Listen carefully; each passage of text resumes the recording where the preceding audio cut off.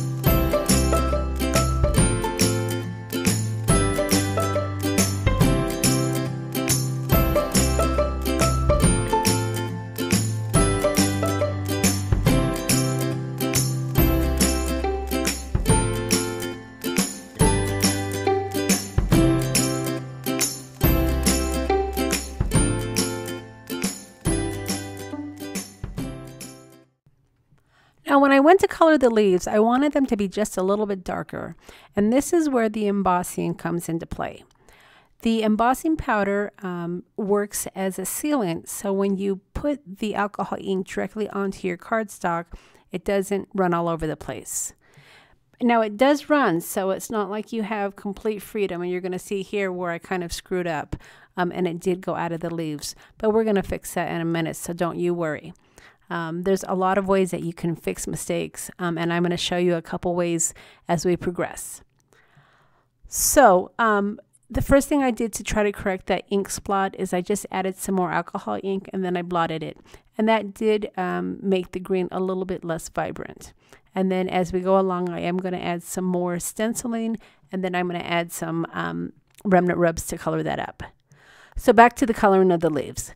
I really like the darkness that you get by putting the alcohol ink directly onto the cardstock, but you have to be real careful. Also, when you are putting the alcohol ink, you want to make sure that you are holding the card in a downward direction, so gravity will work towards you and not against you. And then you've got to simply just take your water brush, or in this case your alcohol brush, and move the color.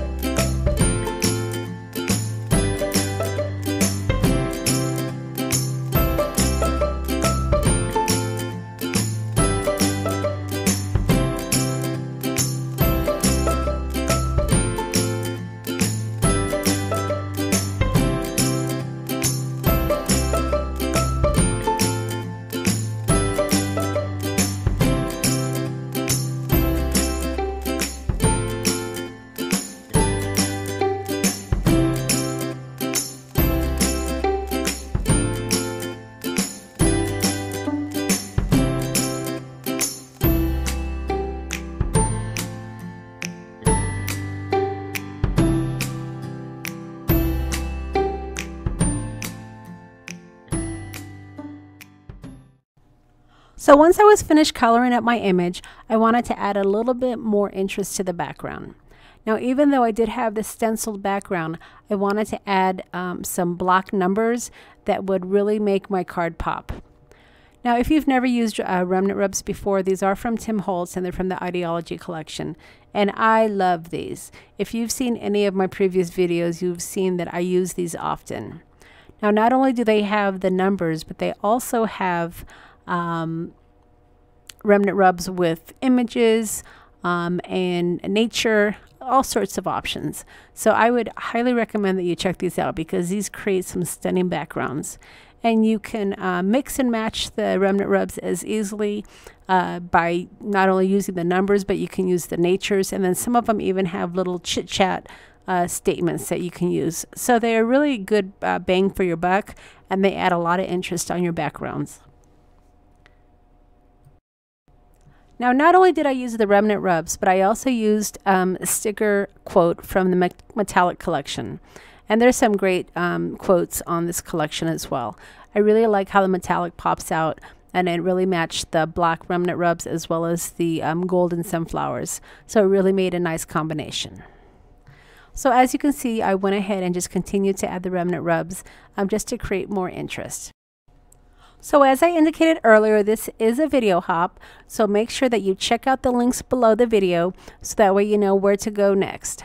I hope that you've been enjoying the monthly hops that we've been sharing with you, and we've given you some wonderful ideas for creating cards.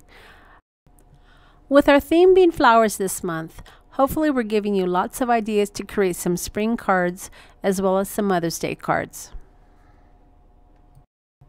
So as I finish up this card, I want to remind you that all the products that I've used to create the card are listed in the links below.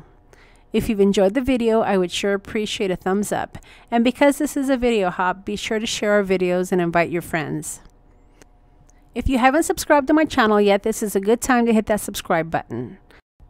Not only do I participate monthly in this video hop, but I regularly add videos to my channel, so I want to make sure that you don't miss any of them. Also, if you're so inclined, I would love for you to leave a comment. I really love reading all of your comments, and it gives me great joy and encouragement. At the end of the video, I will have a close-up of this completed card, and I did create a second card, so you want to make sure you stick around and see those photos. Alright everybody, thanks so much for stopping by, and don't forget to hop on to the next video. We'll see you again next time.